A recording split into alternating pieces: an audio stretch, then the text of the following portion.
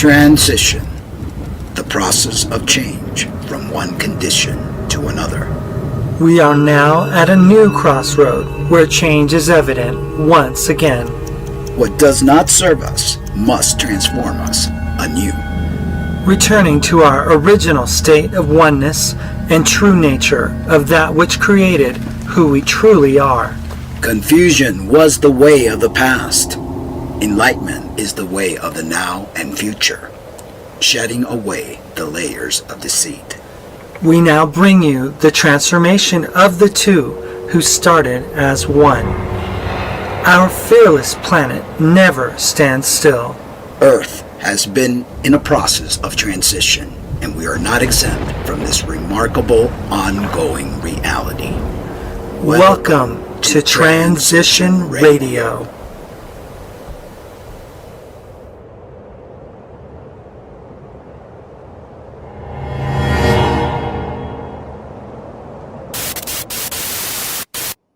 And hello and welcome live again from New Mexico, Transition Radio Show, the show that dares to dive deep and do all sorts of investigations and stuff. And we've been doing it for years now. This show goes back to what, 2012? Is that right? Very long time. And the fact that we use the name Transition Radio Show kind of shows just how long it's been on the air. Right? Well, you know what? We used to do that other but I remained with the name, and everybody would always ask me, why do you call it radio show when it's a TV show? And it's like, because that's true to the name. It may be a radio show, a brief broadcast, and so I just kept it that way. Like it was Blogspot Radio, was it? Yeah, I did Blogspot for a while.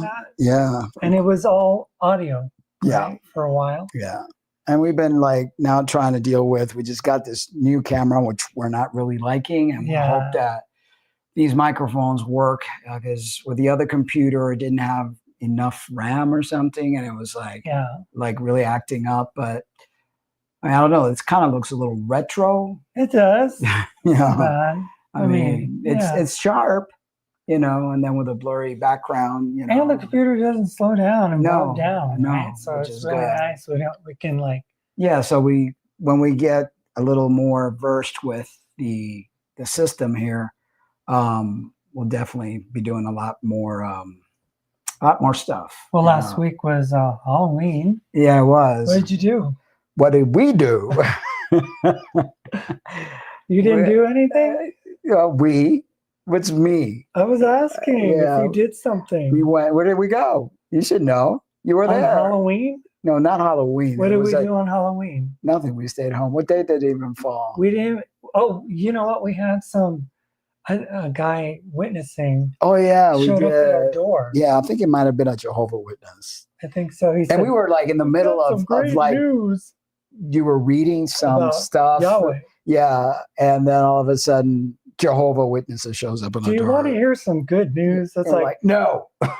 No, I don't. It's really good news, though. It's like, no. Not if it has anything to do with Yaweh. It was so odd, though, because this place really isn't set up for people just going door to door. So he literally had to walk up the.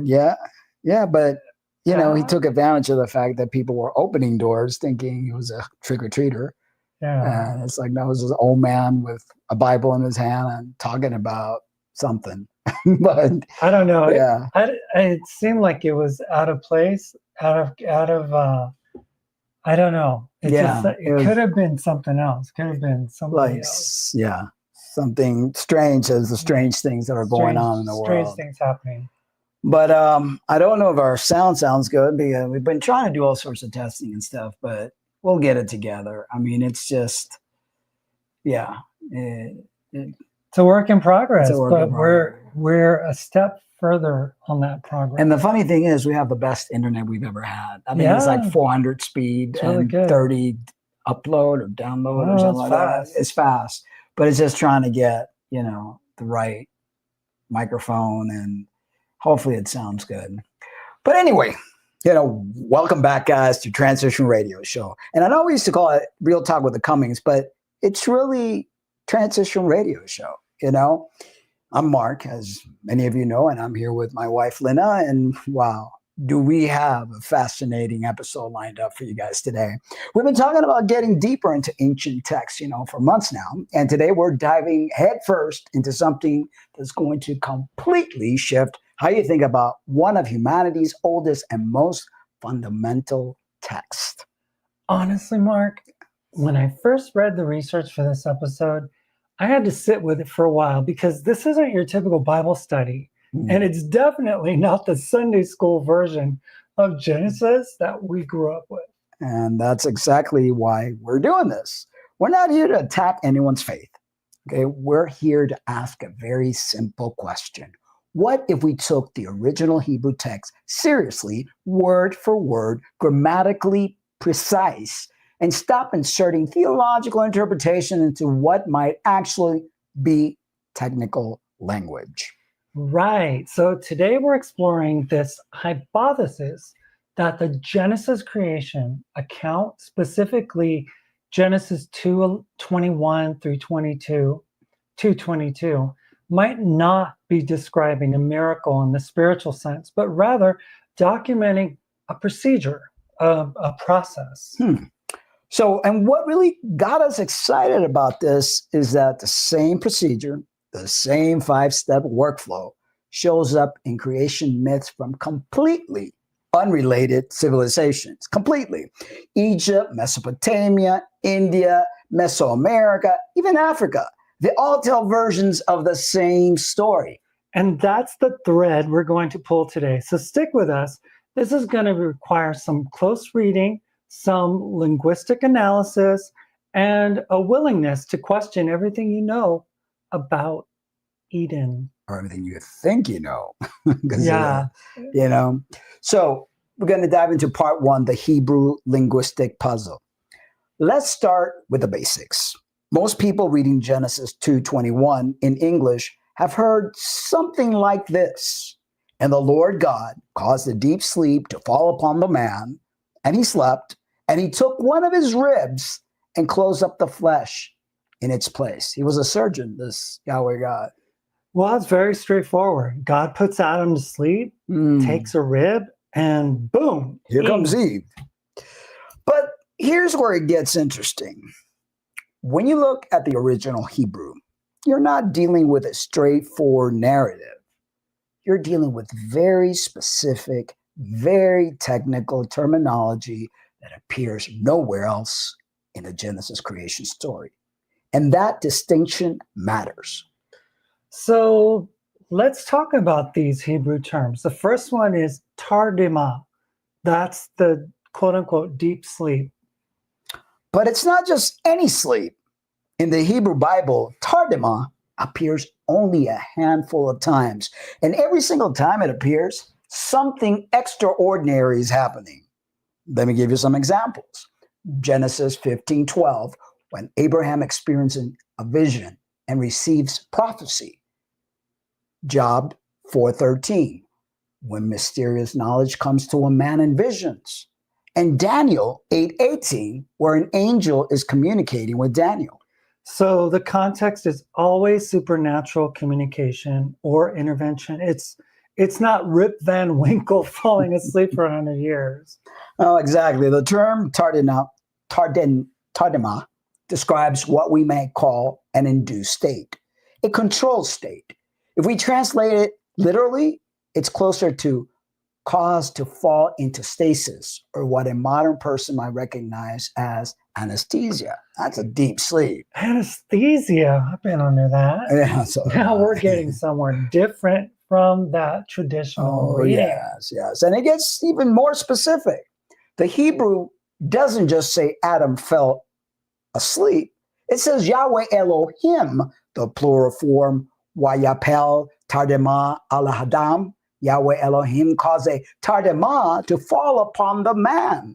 That's a deliberate action, a procedure initiated. So we have an induced controlled state of unconsciousness. What happens next? Well, this is where everyone's familiar translation completely breaks down. The text says, Wayekwa ahat mitza ota, and he took one of his tesla. Is that Tesla? I think it's Sila. Oh, Sila. Well, look like Tesla, but Sila. Now, most Bible translations render Sila as rib, right? Yeah, right. And that's the problem, because if you actually look at every other occurrence of Salah in the Hebrew Bible, it almost never means rib. Let me give you the instance. Exodus 25:32, 1 Kings 6:5, 1 Kings 6:8. All architectural context. It's a Salah is a side chamber of the tabernacle. It's a structural panel. It's a load-bearing support section. So when carpenters and architects were using this term in the context of building sacred spaces, as we see in those scriptures above, they were referring to structural elements, not a skeletal anatomy. Exactly. So the question becomes, why would the Genesis author choose an architectural term if he meant a bone? Especially when Hebrew has perfectly good words for anatomical parts. It's sem for bone, yad for hand, regil for foot.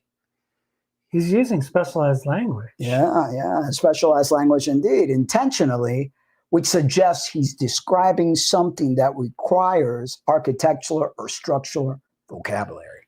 A segment, a panel, a component of a larger system. Okay, so we've got an induced state, and we've got the removal of a structural segment. What's the next step? Well, the next verb is absolutely critical. Sagar. And he closed up the flesh beneath it. Wait, closed up? It doesn't sound very technical. On the surface, it doesn't. You're right. But sagar carries a specific connotation in Hebrew. It doesn't just mean close, quote unquote, like closing a door casually. It means to seal, to secure, the way you seal a chamber, the way you seal a document with a wax seal. There's finality to it. There's a closure. Combined with basar, flesh, the verse describes removal of a structural component followed by the sealing of the extraction site. That's surgical procedure language. You should know you're in the medical community. So we've got three things to cover: induced unconsciousness, extraction, and closure. What comes next? Well, this is where it gets really specific. The text says, "Wayiben Yahweh Elohim et had selah leseha," and Yahweh Elohim built the selah into a woman.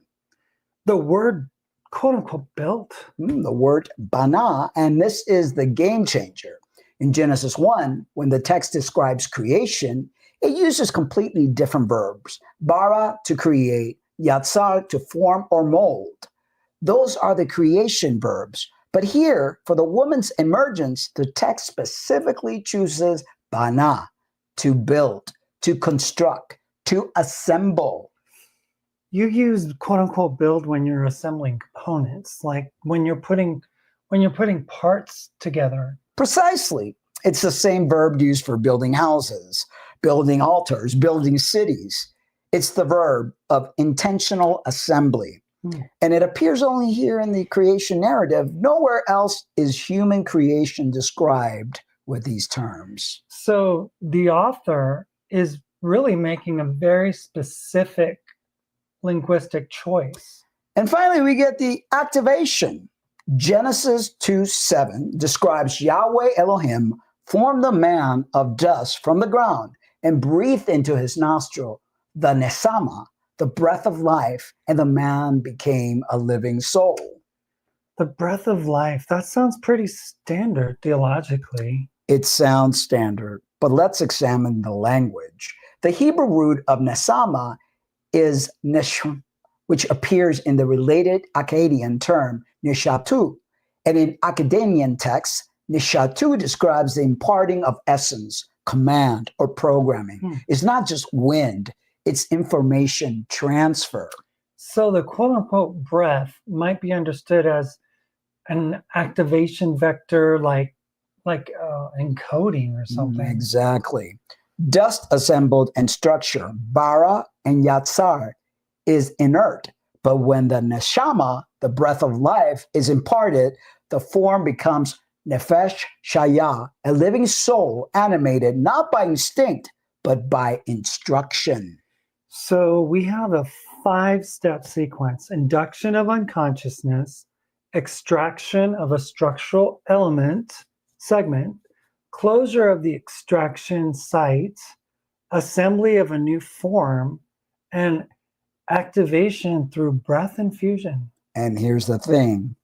This sequence appears nowhere else in the Genesis creation narrative. It's unique, it's technical, and it reads like an operation log rather than a mythological narrative. How do you see this sequence represented in the broader biblical text? Well, if we step back to Genesis 1:26, we see something that also stands out. Let us make man in our image, after our likeness.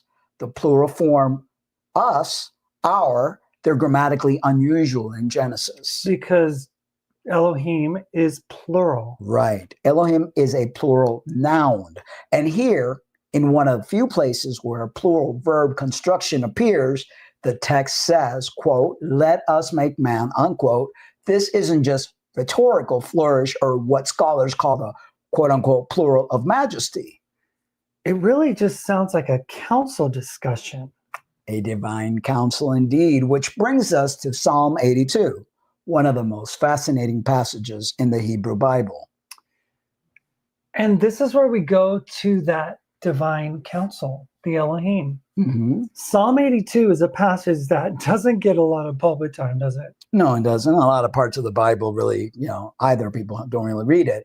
Almost never. But listen to what it says. Psalm 82:1.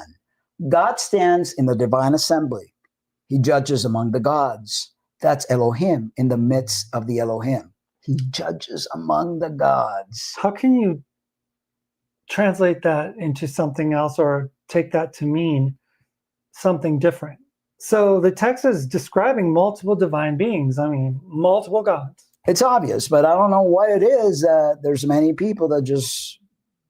It's the Father, Son, Holy Spirit. Yeah. And it gets more explicit. Psalm 82:6. I have said, ye are gods, and all of you are children of the Most High. That's quoted in the New Testament, by the way, John 10:34. So the divine council isn't just a poetic metaphor, as they would want you to believe, these biblical theologians. Yep. It's described as an actual assembly of beings. Totally. So in this framework, a council of divine beings making decisions collectively, this is consistent across ancient Near Eastern literature. We see it in Ugaritic texts, we see it in Akkadian literature, and we see it in Canaanite sources. So why has it been so obscured in modern interpretation? Well, monotheistic editing, when the Hebrew scriptures were compiled and redacted, later priestly editors worked hard to emphasize Yahweh's singularity and supremacy. The texts were shaped to present the God of Israel as utterly unique and alone. So the plurality was there all along, but it was systematically downplayed. It was changed. It was definitely systematically hidden. You can still see it, though, if you read carefully. The plural forms remain in the text. Elohim as a plural noun, uses of us and our in Genesis, verse 26, and Psalm 82, preserving the memory of a council. So in the Genesis 2:21 through 22 account, when we see Tardama, Lakach, Sagar, and Bana, these precise technical terms, we're looking at a procedure directed by a council, a team of operators. Totally a team, not a solitary deity acting alone, but a coordinated intervention by multiple agents. The text behaves like an operation log written by someone who was either present or recording an account passed down through reliable witnesses. This is where Sumerian mythology becomes incredibly relevant. Yeah, exactly. And because the Sumerian didn't seem to have the monastic lens that later editors applied to the Hebrew text, their myths preserve the operators, the name, and the roles.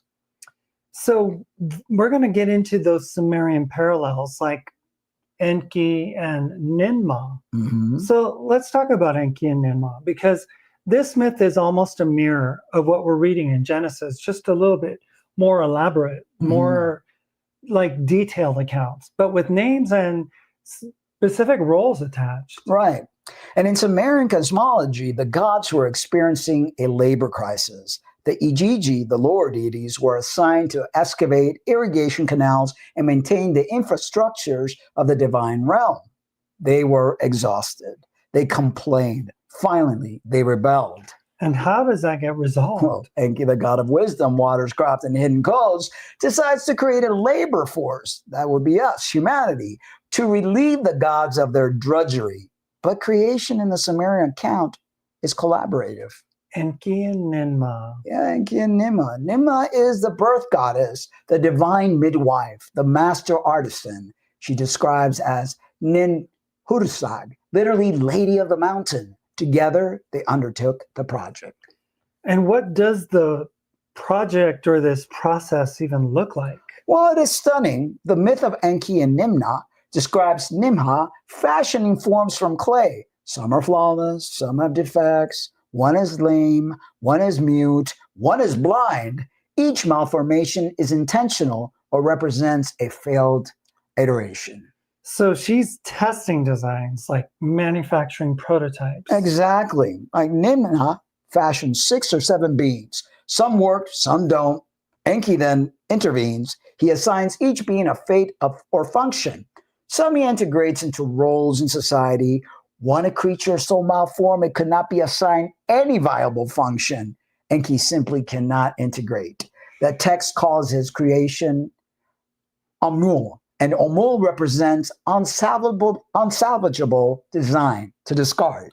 So the Sumerian myth is encoding laboratory procedure, prototype, defect, test, assign, function, discard if non-viable. Exactly. That's exactly what it is. And there's a competitive element. Later in the myth, during a feast where the gods are drinking wine, Nimha challenges Enki. She says essentially, I can create a being you cannot assign a function to. Can you handle that? And she does. She creates beings that are problematic, Umol being the most egregious example. But Enki doesn't give up. He tries to create something that defies Ninmah's skills at assignment. Right. And Enki creates a being that is weak in both body and mind. It cannot sit, cannot stand, cannot walk. It cannot eat on its own. It doesn't respond to Nimha when she speaks to it. And at that point, Nimha becomes frustrated. She curses Enki. Even the goddess cannot repair what Enki has created. Exactly. And the Sumerian myth ends in tension. Neither deity has definitely won the contest, but what we see throughout is language and logic of engineering, trial and error, quality control, triage, assignment of function based on specifications. And if we overlay this onto Genesis 2:21 and 22, we get the bridge. The Hebrew text preserves the technical procedure. The Sumerian text reveals the operators and their roles. Genesis describes how something was done. Sumer describes who did it and why. The Sila in Hebrew becomes the clay sample in Sumer. The Bana, the building, becomes the shaping or molding. And the Nisama, the breath, becomes the me, or the vital codes, the programming. And Elohim, the plural divine council in the Hebrew, directly corresponds to Enki, Nimha, and the assembled Anunnaki in Sumerian tradition. So now we're going to get into the title of our episode today, which is Eden was a lab, not paradise. Exactly. Now, this whole narrative hinges on a very different understanding of Eden itself. In traditional theology, as we all grew up to know if you were a Christian, Eden is the garden, this pristine paradise of a place of innocence and perfect harmony. Oh, yeah. But let's look at the terminology. The Hebrew Gan, Eden, the Garden of Eden, Gan means enclosed space or fed space, kind of like a prison. It's a bounded, defended area, not wilderness. You know, that gets me to thinking about the boundary of Eden and how God had told the people, to the Adam and Eve, to be fruitful and multiply and to subdue the earth. But it just seems like this place was like this controlled environment. So how could they subdue the earth if they were stuck in Eden, right? Exactly. So this location, it's even described with having irrigation channels. Right, and Genesis 2:10-14 specifically describes a river that waters the garden and then divides into 4 headwaters. It describes irrigation, not natural water flow, but managed water distribution that engineers infrastructure. And the Sumerian connection is what? Well, the Hebrew Eden shares etymology, roots with the Sumerian Eden, which means plain or steppe or steppe, but also refers to a designated zone, a control area, a specific geographical location with boundaries and purpose. In Sumerian literature, the Eden appears as an operational zone, a facility. So when you really put this all together, the Garden of Eden, it wasn't a natural, tropical paradise that, we all have these imaginations of. It was actually like a biodome or some kind of enclosed facility. It was under regulation or something, controlled. Yeah, totally. A laboratory, complete with life support systems, the irrigation, a contained environment designed to host experimental operations. It's called holy or sacred because it was restricted, off limits, reserved for a specific purpose. And in the Sumerian framework, where was this laboratory located? Eridu, the city of Enki, in Zacharias Sitchin's reconstruction, and he was working from Sumerian texts. Eridu housed sanctums, sealed complexes, and life engineering chambers. The Eden, in the context, was explicitly a place for thy holy house, reserved for genetic work. So we're talking about a facility, like an operational center for the creation of human beings, not just one atom or person, human, but like a whole project. Like in Star Wars, I remember cloning the whole thing about the what is it, that episode about the clones and Return of the Clones. Something. Right. But it was that one that it showed that there was a facility that the imperial forces, the empire was making. Right, and they had some of them that were defected, and it was almost like a factory type of thing. Well, exactly. And this wasn't arbitrary or accidental. The gods, according to the mythology, had a specific problem, labor shortage, and a specific solution, create a workforce. The Eden, the laboratory, was the venue where that solution was implemented. So we notice that there's a global pattern, that 5 steps across civilizations. So this is where it really blew my mind when I was researching this, putting this show together, was that you're not just seeing this procedure in Genesis and Sumerian texts. You're seeing the same 5-step workflow that you had described earlier in creation myths from completely unrelated civilizations. Totally. And these civilizations had no known contact with each other, no shared trade routes, no textual exchange, and yet they describe the same sequence. If you look at, the world, and you have all these pyramids, and you have all these, it's, in my opinion, Earth is almost like a planet of experiment. Like every star system or interdimensional system had their own creation, and they all brought them down here. That's why we all look so different. We've got different Japanese, Chinese, Hindu, you name it. I've never understood how we came from Adam and Eve, and I was just 2 people. Well, first of all, it's not even possible for that kind of proliferation from 2 beings. Yeah, impossible. The numbers just don't add up. So the only way is, there was like these beings that had the ability. They were master technicians, master creators, and they all tried. Like she tried 6 or 7 protocols or prototypes.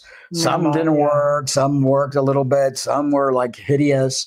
and it's been like alchemy of sorts, really. So getting back to this really interesting topic, what are the 5 steps? Well, step 1, substrate selection. Every creation begins with a material, a substance to house consciousness or life. So can you give us some examples? Sure. Egypt, Khnum, the potter god, spins clay on a wheel, fashioning human forms like vessels to be filled. In Greece, Prometheus needs humanity from earth and water. Yoruba traditions was the Obatala sculpts human bodies from clay. The material varies by culture, but the principle is constant. Form precedes animation. India has a particularly striking example. The Mahabharata describes Gandhari carrying a wish for 100 sons. But instead of bearing children normally, she gives birth to a mass of hard, inert flesh. The divine sage Vyasa intervenes. He cuts the mass into 100 pieces and places each segment into a jar filled with ghee, clarified butter. After incubation, the jars open and fully formed beings emerged. That's not natural childbirth. That's segmentation, some incubation, something in vitro fertilization. Something, right? Exactly. It's a bioreactor gestation. The Mahabharata is describing laboratory scale multiplications of biological forms. How about closer to our ancestral home, Mesoamerica? Oh, yes. The Popol Vuh, the Maya creation narrative, is absolutely fascinating. It describes divine beings attempting human creation multiple times. First attempt, mud. The prototype slack and falls apart. Water dissolves them. Material failure. Second attempt? Wood. Geppetto. Better structural integrity, but the wooden humans lack heart, memory, and loyalty. Functional failure. The gods flood the world and destroy these prototypes. Is documented failure and irritation. And third attempt? Maize. Maize dough becomes the perfect substrate, at least in the Mesoamerican worldview. The maize humans speak, feel, remember, and possess loyalty. Success! But the gods deliberately limit their vision and restrict their access to knowledge. They can't see into the distance. They don't have full perception. So even in success, there's built-in limitation. Which brings us to step 2, extraction or segmentation. In Genesis, we have the removal of the sila. In India, we have the cutting of Gandhari's flesh mass into 100 pieces. Right, and in Aztec mythology, Quetzalcoatl descends into underworld and retrieves ancestral bones. He grinds them into powder. The bones represent an archive genetic of informational. He mixes the bone powder with his own blood. Blood becomes the activation medium. So segmentation is about preparing raw material for the next phase. Exactly. And assembly and incubation is step 3. What's the examples there? Well, Genesis describes Bana building and Zagar sealing surgical closure after extraction. In India, the segments are placed into jars of ghee, essentially incubators. In Khnum's mythology, after fashioning clay bodies, he places them into the wombs of goddesses.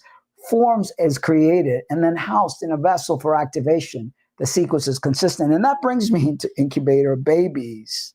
I don't know why that just kind of during that time, well, the Great Reset, they had all these cabbage baby and they had all these incubation babies for sale. Yeah. So I kind of like, wait a minute. Were they doing the same type? Exactly. Yeah. Exactly. We were talking about it today when we were walking. It's like our great grandparents were probably direct descendants of that reset. And that's why we talked about how all these men and during that time were very strict fathers. Yeah, we were watching recently Saturday night, the movie that was showing at the local theater was Bruce Springsteen. Yeah, his story. Documentary, basically retelling his life story. And basically he had a father wound. Yeah, as most people, because they come from that generation. And that makes you wonder, what exactly happened? What was that trauma? I mean, if Bruce Springsteen's dad was treating Bruce that way, where he was beating on his wife, yeah, he would try to be all manly and masculine with his son and try to get him to know how to fight. Yeah, and was probably abusive to him too. What did that guy's dad do to him? Yeah. And where did he come from, and where did his father come from? Yeah, I mean, you look at these old world buildings, and it just, in some of these pictures, and you see these people with these suits and top hats, and it's just like there's something very eerie and very strange. The world fairs, the incubator babies, the cabbage babies, and how people are just selling kids, and kids are being just like literally put to work. And it was just like something that people haven't sat down and really thought about. There's something really strange. Yeah. And it just reminded me, because it's almost like the same process. Yeah. It's a cyclical thing, it seems like, because it's like these old techniques of putting together human beings or making humans isn't something new. No. I mean, here it is in the Sumerian accounts. And, we have all these steps, but what's step 4? No, step 4 is activation vector. This is where the life-giving principle enters. And the mechanisms vary? Widely. In Genesis, it's the nesama, the breath of life. In Egypt, is the ka, the sustaining soul. In Greece, Athena breathes spirit into Prometheus' creation. In Yoruba cosmology, Olodumare breathes divine spark into the clay.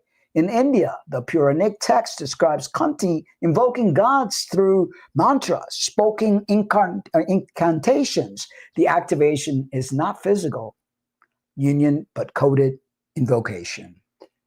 And, you don't have to look very much further than the account of the Immaculate Conception. You're talking about a god impregnating a human female and producing some type of life out of that did not require the sperm of a man. Exactly. So we're not just, I mean, these aren't like legends and stuff. This is like, if you believe in God and the Bible and all that, this is even stuff that's in your Bible, but the Aztecs have a version as well. Yeah, the Quetzalcoatl blood, his life literally infused into the bone-powered mixture. Activation is explicit. The god's vitality transferred into the temple. And you're talking about, life. I mean, blood has a lot of significance. It does. It does. So across cultures, the activation mechanism is consistently like an introduction of vital essence or information. I mean, the blood houses life code in it. Totally. We were just listening to a video that someone mentioned something about the period blood when a woman's menstruating and stuff, and how that's not just any blood. It's the blood that has coded DNA in it, that has stem cells in it, that is like an elixir of like actual the creative force. It's right. It's in that blood. Yeah. So here we have, this same procedure being shown. Exactly. Whether it's breath, blood, soul, or coded invocation, the principle is identical. Inert form plus activation vector equals living being. And step 5. Limitation and gating. This is perhaps the most consistent element across all tradition.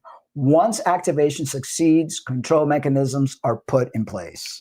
So give us some patterns. Well, Genesis, the human is expelled from Eden after approaching the tree of knowledge. A containment breach. Yahweh Elohim says in Genesis 3:22-23, behold, the man has become like one of us, knowing good and evil. Now let he puts forth his hand and take also of the tree of life and eat and live forever, access is revoked. The lab gates are sealed. And that has a very, I mean, if that tree of life, you know, while they were naked and blind still and their consciousness did not like get activated, then the Elohims have no problems with mankind living forever. But now that they're smart, have consciousness, you know, they'll know more than we do. Right. And they can wreak havoc. So the expulsion, you know, when you think about it, they always paint it as like it was their punishment. God specifically gave punishment, you know, specifically to Adam. He was going to be made to farm the land, and it was going to grow thorns, and it was going to by the sweat of his brow, and Eve was going to have pain and labor, and they were going to put enmity between the serpent and her forever, and the snake or the serpent, however they want to describe it, said that it was going to crawl on its belly it was going to lose its legs and crawl on its belly and stuff. So those are specific punishments that were given. Yeah. But the expulsion, it isn't punishment for disobedience. It's literally a security protocol. Yeah, like a breach, right? You know, like Maya Popolvo, after the gods successfully create humans from maize, they realize that beings are too perfect. They see too clearly. Let us cloud their vision. The gods deliberately reduce human perception. It's not a consequence. It's a designed in limitation. And Greek mythology. Pandora, the first woman assembled by Hephaestus under divine engineering constraints. Each god contributes something. One gives beauty, another mischiefs, another curiosity. When Pandora opens the sealed jar, mortality, suffering, and confusion escapes. The box itself was the control mechanism. And we have Egyptian cosmology. Yeah, Mat, divine order. Humanity is bound by Mat. To overstep its boundary is to provoke containment. The rule is not moral. It's operational. It maintains the hierarchy and prevents breach of protocol. And African traditions. Well, the Yoruba describes manufacturing risk when Obatala is drunk, his hand slips, and he creates malformed humans. These errors are acknowledged as part of the process. The Dogon describes the Nomo dividing their own bodies to seed life on Earth. Self-fragmentation as essence transmission, but the underlying principle remains. Limitation is built in. The created beings do not achieve parity with their creators. So what are some of the theological implications and some people's pushback? I mean, before we go further, we should acknowledge that this interpretation is not mainstream theology, and there are legitimate scholarly objections. Of course it would be, absolutely. And we respect those objections. Let's address the most common one. Isn't this just reading modern scientific language into ancient texts? That's a fair question. So how do you respond to that? Well, by being very precise about what we're claiming. We're not saying the ancients had genetic engineering. We're not claiming they had laboratories with equipment. What we're saying is that the Hebrew vocabulary, the specific verbs and nouns, carry technical meaning that has been obscured by theologians' interpretation and translation choices. So it's not that they had the technology.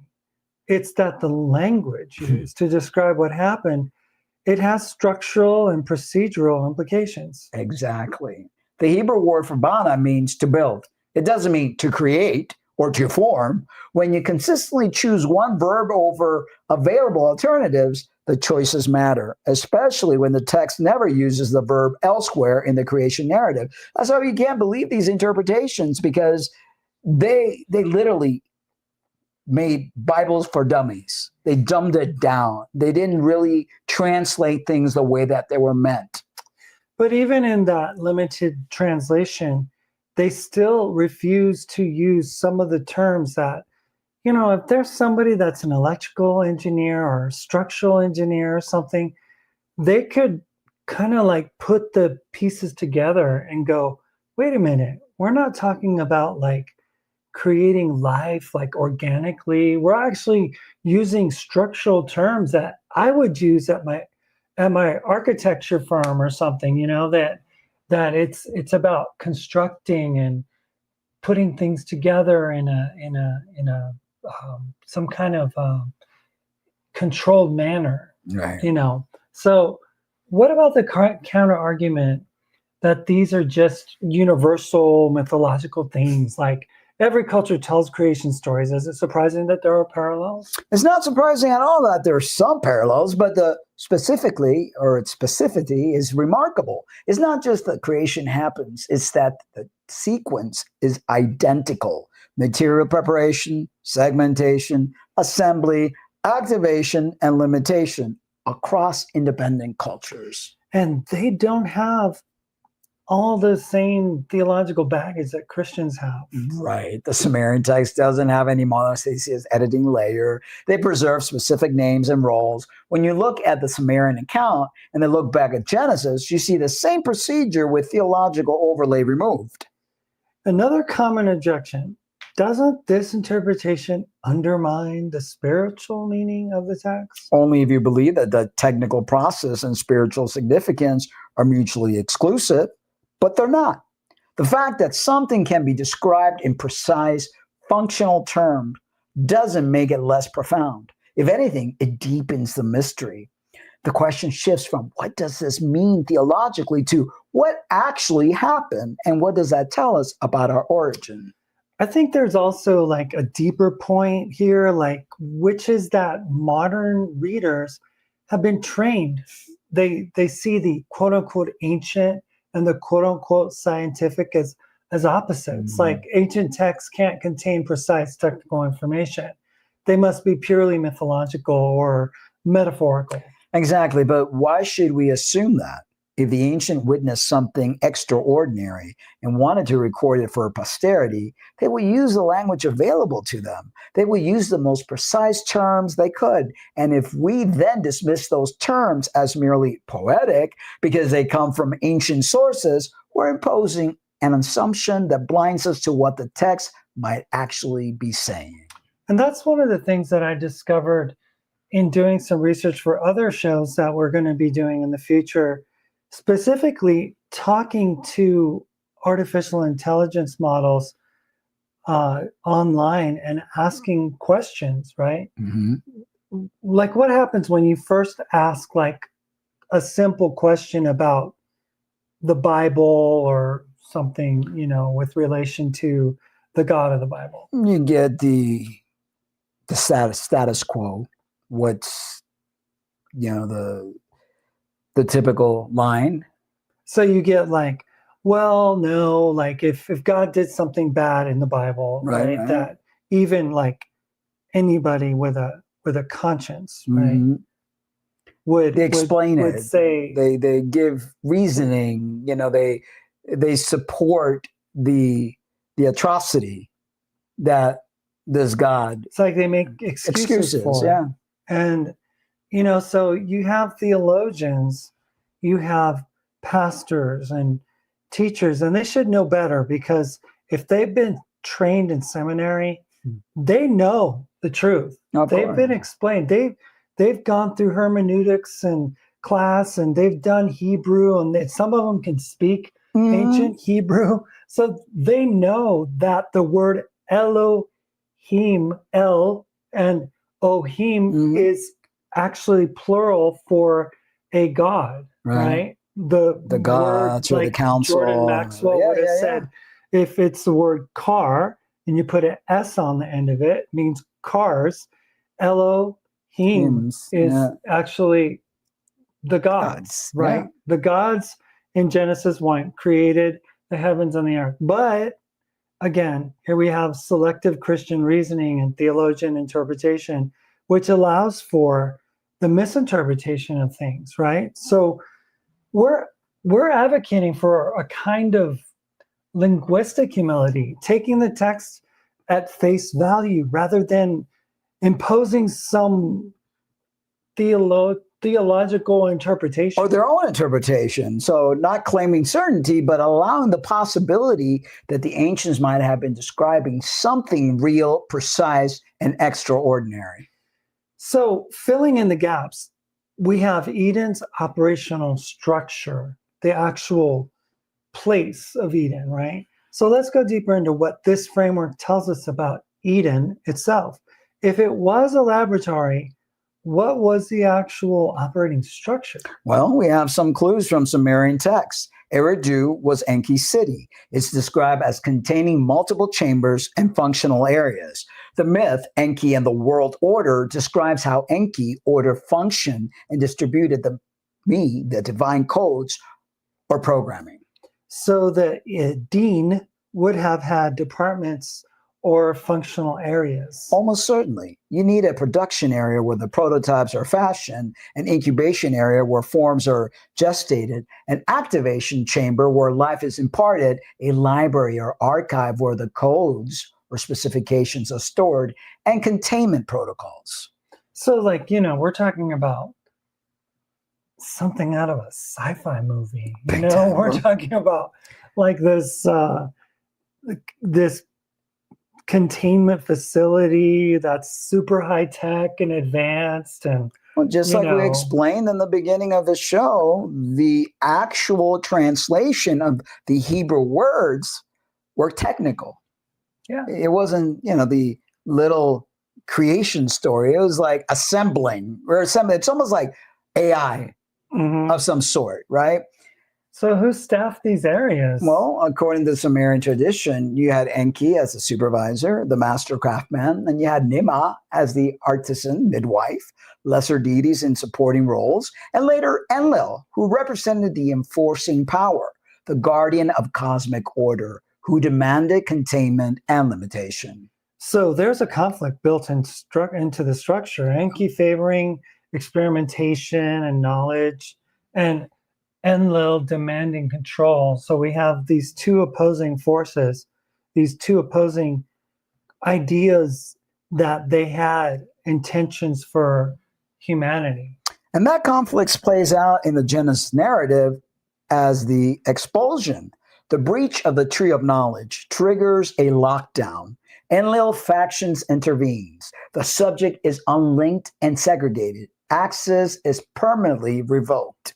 So the curse, right, of banishment isn't a punishment for a moral failure or the concept of original sin. It's actually a security protocol triggered by a breach of operational boundaries. Right. In Genesis 3:16 through 19, the curses, quote unquote, are actually assigned functions or conditions.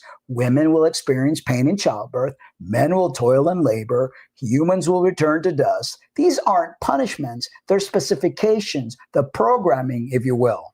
Constraints that ensure the created beings serve the purpose for which they were made. And they also ensure that the beings cannot reproduce as the same scale or quality as their creators. The labor will be difficult. Reproduction will be painful. Lifespan is limited. These are built-in operational parameters. So this all triggers like broader implications and really unanswered questions. So assuming this framework has merit, what does it actually tell us about human origins, like about who we are? Well, that's the profound question. It's definitely very profound if it's interpreted correctly, or if its interpretation is correct. Humans aren't the spontaneous product of nature or divine miracle. We're engineered beings, created deliberately with specific purposes and built-in limitations. I mean, just look at our bodies, for crying out loud. Yeah, we had a guy who came to comment on one of our YouTube videos from 2018 or something. I think he was Russian. Yeah. And he said, I'm going to send you some diagrams, some pictures. I'm going to send you some videos showcasing that humans were not built to last. They were built to break down. They use, if the creator chose a carbon-based life form, that was choosing something that was at the point of birth was actually already on its way to decaying. Totally. It was just to serve a purpose for X amount of time, and then poof, I mean, the fact that, we were just walking down to go listen to music on Sunday downtown here, and we were talking about, gosh, what happens if you trip, if you fall? You get a scrape, you could break a bone, and people break hips just tripping off the curb. You can break your foot easily. It's like we're built so frail.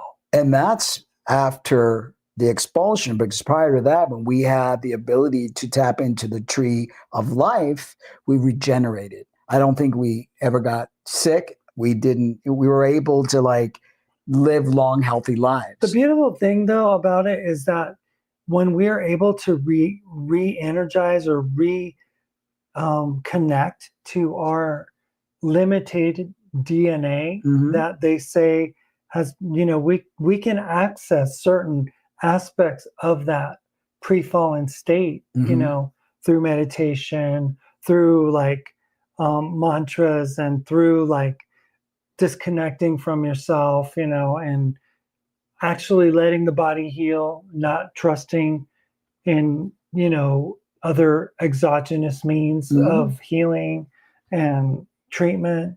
So that's a radically different narrative than either the purely materialist or the purely theological versions. It is that we're engineered beings. Yeah, it is. And it raises uncomfortable questions. If we were created as a labor force, as the Sumerian text explicitly states, then what does that mean for human freedom, for our agency, for our potential? Some might argue it diminishes us. Others might argue it clarifies something important, that we've always sensed we were made for something, that there are purposes and constraints we navigate, that we're not the ultimate authority in the universe. We're part of a hierarchy.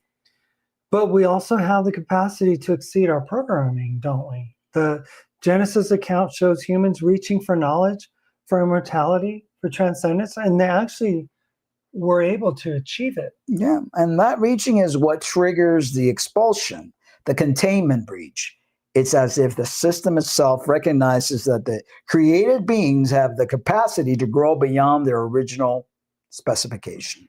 We were doing some more research, and we found another video and some information books about how the tree of the knowledge of good and evil and the tree of life they weren't literally trees. They were access gates. They were informational,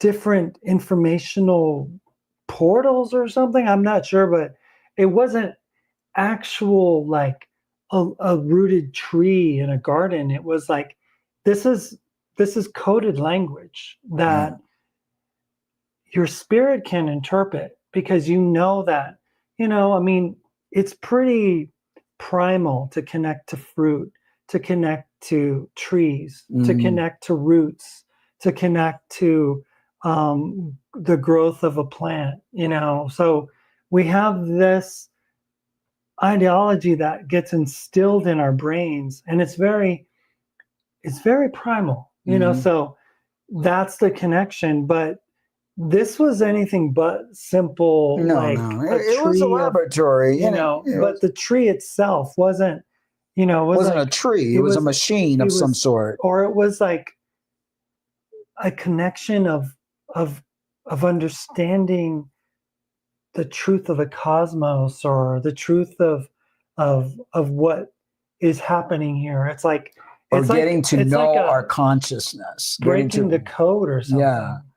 It's because when they say, well, then when they ate of the fruit, they learned they were naked. It's they had that, whatever they touched or tapped into opened up their consciousness. And now they were able to see everything and know everything, just like the gods. Right. And then the tree of life, it could have been some kind of self-actualization portal that allowed them to connect to other dimensions, other life on other planets. I mean, we don't know exactly what this involves. It reconnects the DNA to allow you to live forever, the tree of life.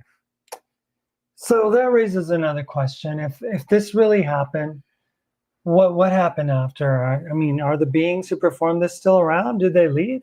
Those are speculative questions, but what we can say is that the memory was preserved. It was recorded myth and fragmentary texts. It was passed down through culture that had no contact. That fact alone suggests something extraordinary happened in human prehistory. And it was important enough for the ancients to want to remember it. Exactly. Not as poetry, not as metaphor, but as record.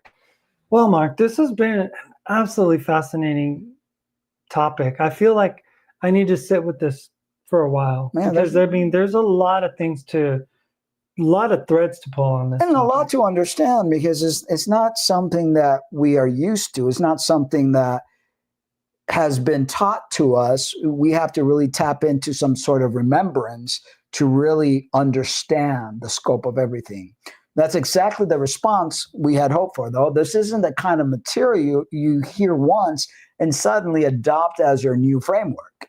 It requires thinking, questioning, and allowing yourself to consider possibilities you might not have entertained before, because it's different, it's new. Yeah, and this is a message to our listeners.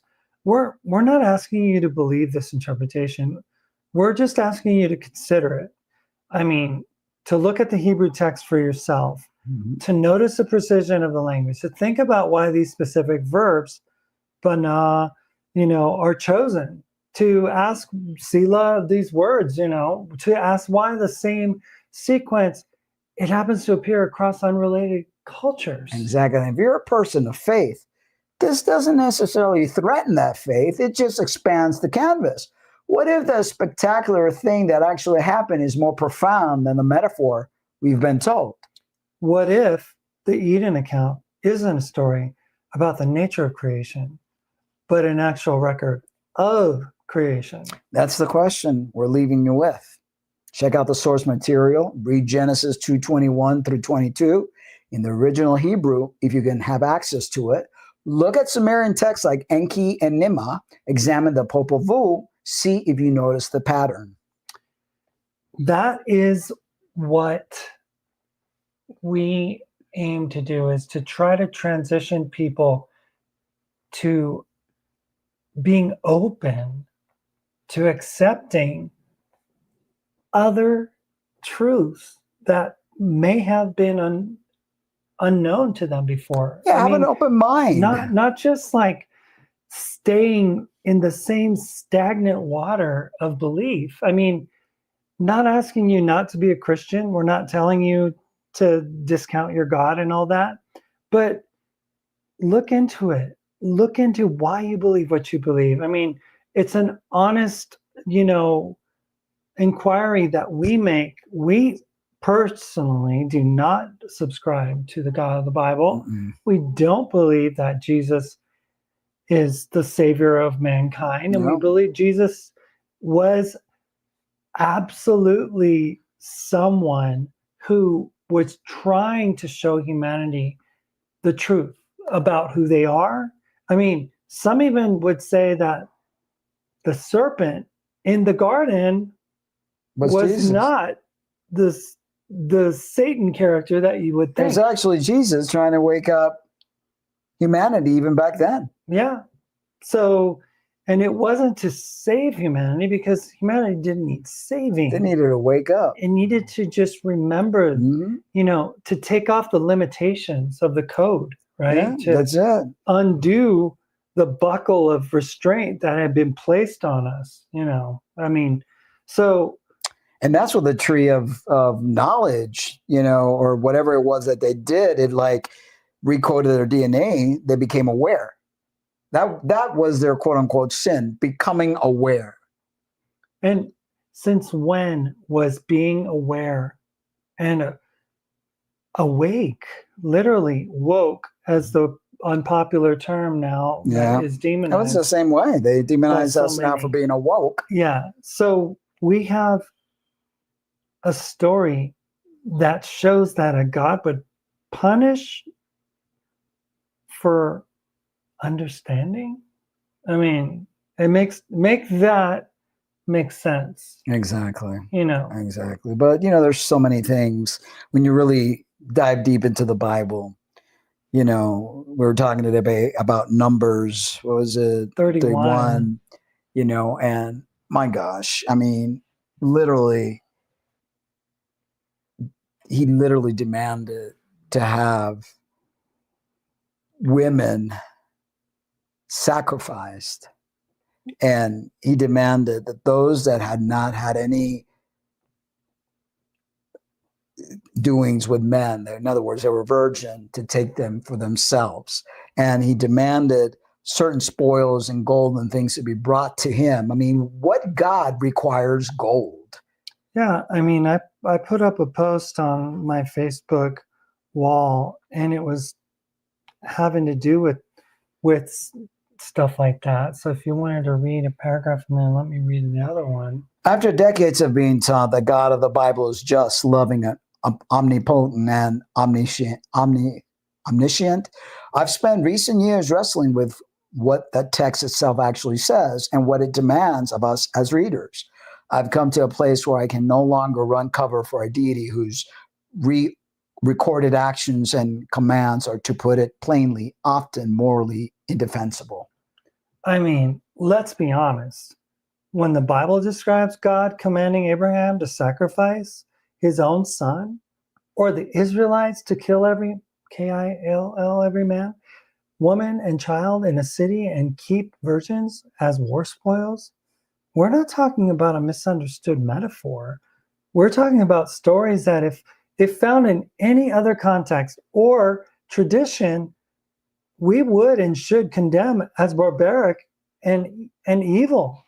Totally. And the traditional apologetics moves, splitting hairs over whether Numbers 31 is technically human sacrifice, insisting Abraham's killing of Isaac was just a test, quote unquote, or claiming Canaanites' genocide was a divine justice, cannot wash away the plain moral horror of these stories. For too long, I try to justify, reframe them to preserve a narrative of God as love, but the text itself will not cooperate with these such efforts.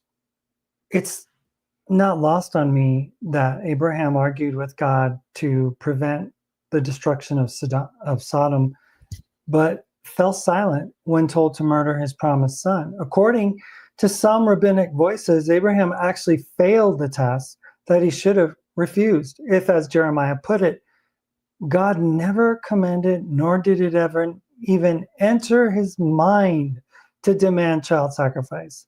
Then something is deeply broken with the narrative in Genesis 22. So most people are unaware that early Christian thinkers, especially the Gnostic and Marcionites, saw all of this long before we have the language of trauma or moral trauma. They read the same text and concluded that the God who issues such commands is not the true ultimate God, but a lower, ignorant, arrogant power known as the demiurge or Yaldabaoth. Their accusation was simple. A real God worthy of the name would not act in ways that decent human beings using basic conscience would find repulsive. When the God of the Bible says, "Thou shalt not kill," KIL, but then demands mass unalivings, infanticide, sexual enslavement, and the rest, something is deeply irretrievably broken. To justify this in the name of faith, quote unquote, is to betray our own ethical reason and perhaps the very image of God within us. So I'm done running cover for these ancient deities, done with explaining away or softening the plain truth of these texts. If defending a quote unquote holy book means justifying what we would otherwise call atrocity, we should have the same courage to say no to the text and no to its God. If wrestling honestly with these things is a kind of heresy, then so be it. If searching for the true source that transcends all violence and cruelty makes me a Gnostic, which I gladly wear the brand, or just someone who refuses to surrender conscience to the tyranny of the sacred, I accept that gladly. The time for apologetic gymnastics is over. Yeah. The time to speak truthfully is now. Yeah, totally. And that's, people need to really understand. Read your Bible. Your Bible holds a lot of information that many of you are not aware of. It tells you the actual character of the God you worship. And then you have to ask yourself, do I want to worship this kind of deity? I know I don't. I don't either. And I used to, and I'm glad that I don't anymore. Yeah. Totally. So this has been a pretty interesting one. Don't know why. Hope that all the sound came through nicely. We'll find out. You know, we're trying to make this show more hands-on and connect with you more than we've been able to in the past. And we want to be able to, you know, share things on the because we were having trouble with the other computer. It didn't have enough RAM, and I think the sound was being messed with because of lack of RAM, and it was just slowing down. So we'll see how things work out. But thank you so much, guys, for tuning in. Hope to catch you guys probably Thursday. We'll have another one. We'll put another one together and catch us live again. We love you guys, but remember to always love yourselves too and each other. Bye.